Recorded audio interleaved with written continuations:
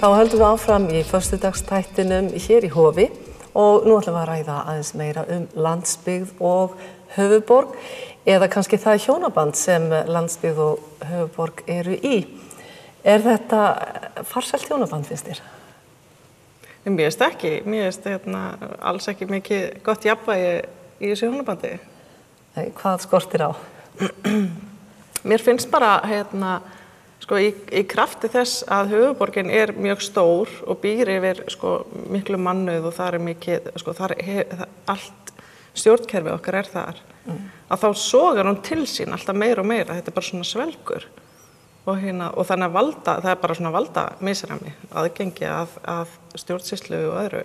Þetta er bara ekki alveg á jöfnum fót. Er það ekki þetta sem flokkast undir bara hreinlega landsbyggðarvæl þegar svona er talað? Nei, ég meina, það er alltaf að segja hlutina eins og maður upplifir þá. Ég get alveg sagt þér að áður en ég settist í sveitarstjórn, þá hafði ég ekki alveg gert mig grein fyrir því hvað þetta er mikið misvægi. Og ég upplifi það þannig. Og í hverju helst?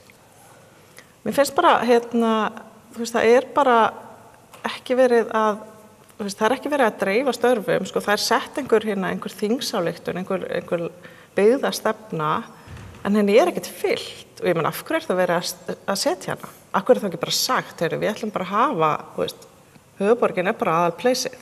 En það er bara að segja það. Það er ekki verið að segja það, ætla að dreifa störfum, ef það, þú veist, er síðan ekki viljið til að framfylgja því. En þetta einmitt að dreifa störfum eða færa störf frá höfuðborg til landsbyggðar, það getur virkað mjög ögrandi á margan hátt fyrir höfuðborgin að vera að missa frá sér störf. Já, náttúrulega sérstaklega ef það er alltaf verið að hugsa þetta þannig að þú ætlar að taka einhvern ákveðin pakka af störfum og færa þau eitthvað annað, þá ertu náttúrulega alltaf að taka eitthvað frá einhverjum til að gefa einhverjum öðrum. Ég hef þá trú að þetta eigi bara að vera svona, má segja, bara lífrænna. Þú veist, fólk á bara að þá að kjósa sér stað til að búa á. Það er að segja það fólk, og það er mjög stór hluti þjóðarinnar sem sinnir þannig störfum, og það skiptir ekki öllu máli hvar þú situr við tölvuna þína. Og fólk á bara geta valið hvar það vill búa og tekið starfið með sér. Ég meina, við höfum allt til þess. Einmitt Akureyrarbær var að senda frá sér ályktun út af atvinnumálanefndin út af þessum 11 nýju störfum sem voru auglýst á vegum námsmatsstofnunar, að þau séu öll staðsett svo á höfuðborgarsvæðinu.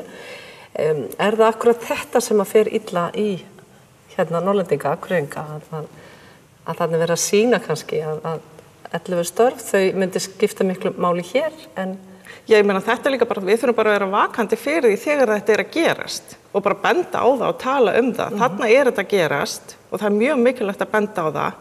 Og það er líka mikilvægt að við tökum eftir því næst þegar þetta gerist og við bara bendum á það og tölum um þetta og gerum í raun og veru kröfur á, í þessu tilfelli núna ríkisstjórnina, að standa við þá byggðastefnu sem þau hafa lagt og móta sér.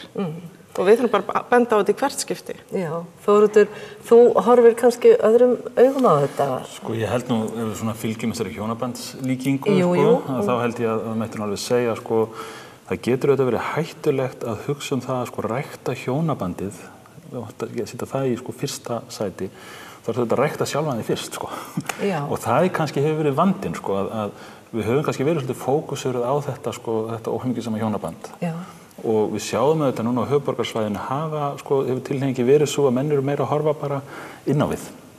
Velta fyrir hvernig höfuðborgarsvæði getur vaxið, svolítið leiðir á þessu fyrirvinnuhlutverki höfuðborgarinnar, það ber einhver ábyrgð á öðrum landshlutum og velta fyrir hvernig þeir getur vaxið til framtíðar. Getum alveg sagt að víða í landsbyggðunum að þá hefur fólk kannski verið svolítið fast í gamla farinu. Að svona, takk þetta mér, vertu með mér í staðan fyrir að horfa til þess hvað við getum gert, hvað við getum byggt upp. Og það er auðvitað þannig að landsbyggðirnar eru bara mörguleyti í mjög góðu horfi. Það er vöxtur, menntunarstigið hækkar, það voru samgöngubætur, það voru tæknibreytingar sem því að það er alls konar möguleikar sem voru ekki áður. En við erum kannski föst í þessari gömlu höfuðborgarstefnu, það er að segja að við þurfum að þjappa öllu saman á einn stað. Það er auðvitað þannig með hækkandi menntunarstigi, með aukinni tækni og breytingu sem er orðið, þá getum við tekið á okkur mörg verkefni sem við urðum að þjappa saman áður. Hagkvæmninnar vegna. Já, og við getum sagt að það eru kannski tvö svona megin sjónarmið. Eitt er það að samþjöppun, það er hagkvæmni í því. Bæði fjárhagsleg hagkvæmni í að þjappa öllu saman eitt stað, faglegi þættir að þjappa fagþekkingunni saman. Einmitt þau rök sem notuð voru. Jú, og það er eitt þátturinn. Hinn þátturinn sá að það skiptir auðvitað máli að færa þjónustunum sem næst fólkinu. Fólki sem nýtur þjónustunar hafa hana sem næst sér, bæði að sækja þjónustuna en líka störfin sem skapast í kringum hana. Og ef þú býrð á höfuðborgarsvæðinu þá er þetta kannski ekki mikið vandamál, þetta tvennt fer bara mjög vel saman. Ef við þjöppum öllu saman á eitt stað, þá er það heima hjá þér. Ef þú býrð einhvers staðar langt frá höfuðborgarsvæðinu þá er þetta alvöru vandamál, þetta svona vegast á. Sumt viljum við hafa miðlægt. Við viljum ekki hafa heilaskurlækningar í öllum heilsugæslustöðum á landinu. Við viljum hafa það einu stað. Hins vegar, almenna heilbrigðisþjónustu viljum við hafa góð út allt. Þannig að þessi umræða sem menn alltaf að reyna að taka, að það er tilhning til þess á höfuðborgarsvæðinu að menn segi á nú að fara efna til ófriðar milli landsbyggðar og höfuðborgarsvæðis. Þetta er bara mikilvæg umræða og við getum tekið með þessi störf með námsmatsstofnun. Þetta er það þannig að það er ekkert endilega sama lausnin sem hentar allstaðar. Það getur vel verið að í Reykjavík höfuðborgarsvæðinu sé bara mjög gott að námsmatsstofnun sinni þessu hlutverki ef að skólarnir hér, til dæmis í Eyjafirðinum, vilja leita til Háskólans á Akureyri þar sem er stofnun sem sérhæfir sig í þessu og hefur margra ára reynslu af svona starfi. Ef þeir vilja leita til þeirra, hvers vegna ætti að skylda þá til þess að leita til einhverja stofnunar í Reykjavík? Þetta er mjög góð spurning. Þetta er svolítið svona sovjast, þetta er svona sterka ríkisstofnunin, ríkistónlistarskólinn fyrir all landið, samræmd nálgun í lestri og svona. Í staðinn fyrir það að leyfa fólki bara svolítið að finna út á hverju stað fyrir sig. Hvernig viljum við skipuleggja það, hvernig er best fyrir okkur að gera þetta? Er ekki svolítið sérstakt að þessar tillögur sé að koma úr ranni sjálfstæðismanna? Svona í ljósi allrar sögu? Ég myndi, sumir segja að það snúist kannski meira stjórnsýsluna. Það er að segja að það sé svona kúltúrinn í stjórnarráðinu að reyna að hafa allt á sama blettinu. Og að stjórnmálamenn sem kom inn með hugmyndir dreifingu að þeir svona lendi svolítið upp á móti vegg. Hins vegar getum við sagt að sérstaklega menntamálaráðuneytið einhverjum ástæðum hefur verið alveg óskaplega mikið á þessari línu. Það er að segja í staðinn fyrir það að framhaldsskólarnir all land geti skipulagt sig mismunandi hætti, þannig að lítill skóli geti haft breiðan aldurshóp á meðan að stóri skólar kannski sérhæfa sig í þrengri hóp, að segja nei, við erum það á sama módelið. Þannig að fjölbreytiskólinn í Breiðholti og menntaskólinn á Tröllaskaga verða að vera skipulaðir nákvæmlega eins. Og þetta er ofboðslega gamaldags kerfishugsun og af einhverjum ástæðum menntamálaráðuneytið hefur einhvern veginn verið sérstaklega áberandi á síðustu mánuðum að þessu leitum til. Hvernig það tengist pólitískum litum, ég áttum ekki alveg á því. Nei, þetta er spennandi samt rannsóknarefni. En þú varst einmitt að tjá þig svolítið að sveitarfélögin einmitt út á landi og nýjasta dæmi er nú kannski Norrland vestra sem er að kljást við mikinn flótta, það er fækkun þar. Þar taka sveitarfélögin sig saman og segja við höldum að það sé þessu svæði fyrir bestu að fá til okkar álver og þeir fari þá vinnu. Þú hefur sýn á þetta sem ég langar að fá fram hjá þér. Já, ég er náttúrulega mikill náttúruverndarsinni og það rísa náttúrulega bara hárin á bakinu á manni þegar farið að tala álver sem er svona stór hlunga framkvæmd sem er mjög dýr og skapar fá störf miðað við kostnað og það þarf að virkja og maður svona, þetta er ekki besta lausnin fyrir maður að hugsa. En það er svo mikilvægt að skilja, hvers vegna kemur þessi hugsun upp á borðið.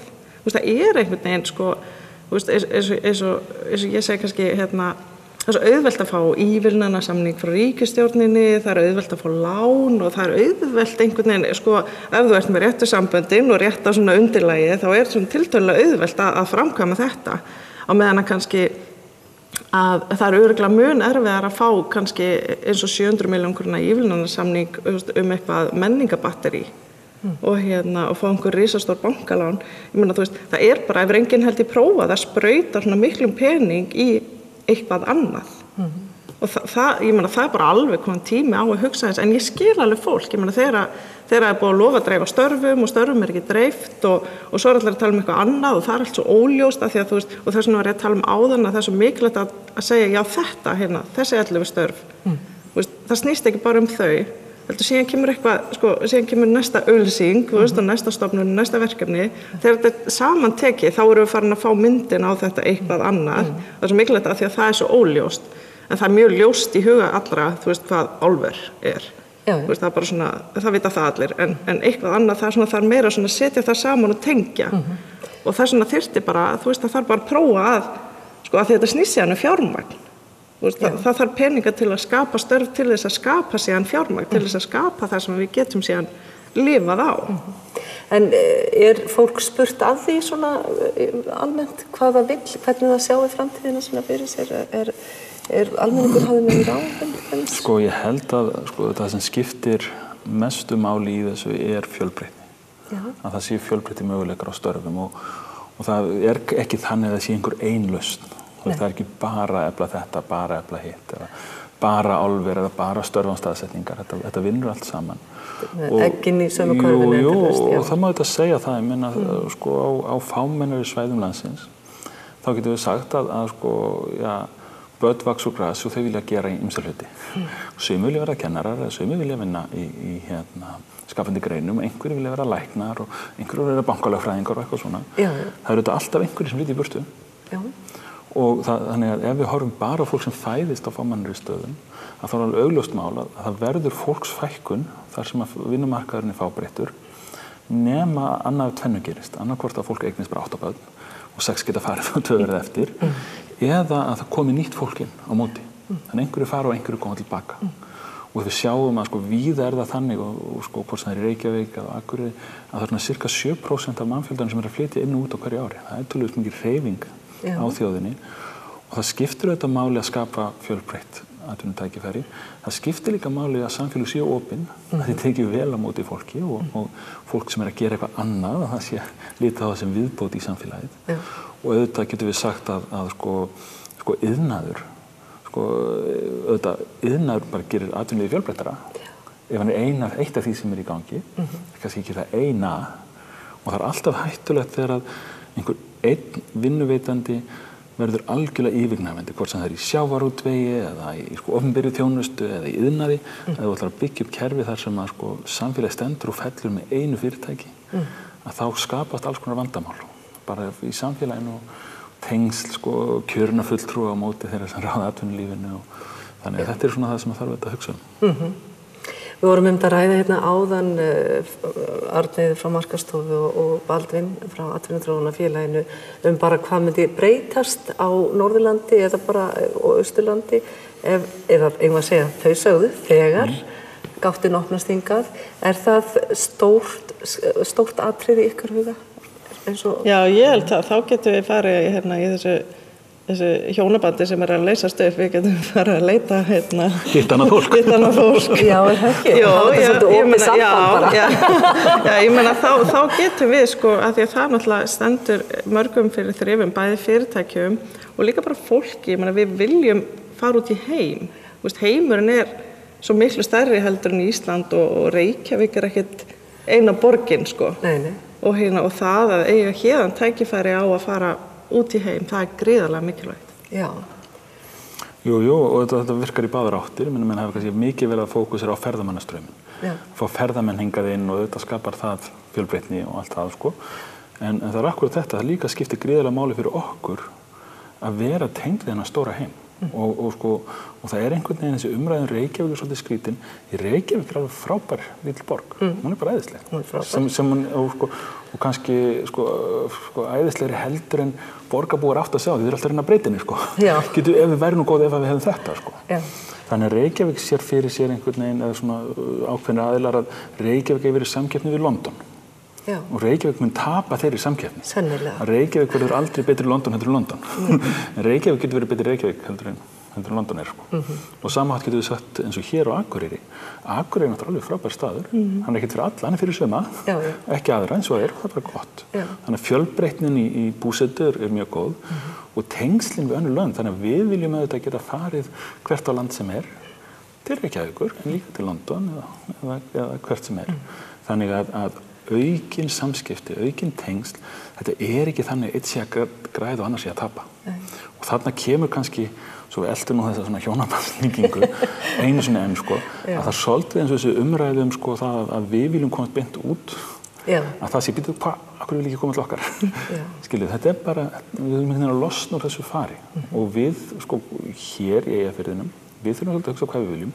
Fólk fyrir austan en norður vestra, þeir þurfa að hugsa hvað þeir vilja og þarna brotnar líkingin niður vegna þess að landsbyggðin er ekkert ein. Þetta er mismunandi staðir, mismunandi þarfir, mismunandi viðhorf og fólk þarf svolítið að ákveða hvað það vill sjálft og það er svolítið erfitt fyrir okkur hér á Akureyri að segja um einhvern annan þið eigið ekki að vilja stóriðju. Og við viljum að þið eigið að vilja þetta. Fólk þarf svolítið að samfélagið sjálft þarf að taka þessu umræðu, taka ákvörðun það hvernig viljum við þroskast til framtíðar. Kannski nú lykil orðið sem þú nefndir, það er að taka samræðuna og ræða saman. Já, og líka þetta séu fleiri möguleikar upp á borðinu. Það er bara eins og oft, sko, það er bara eins og það sé engi möguleikar nema þessi eini stóri sem er síðan settur fram. Auðvitað eru geta verið fleiri. Og það er bara að koma auga á það og ræða sig fram að lausn. En við leysum þetta ekki, en mikið svakalega gaman að fá. Nú er þetta ekki leyst. Já, bara það bil. En við ætlum hér á eftir að fá til okkar gesti, einmitt sem komi hingað frá Bergen, Björgvin í Noregi og kunna að spila á gítar betur en flestir.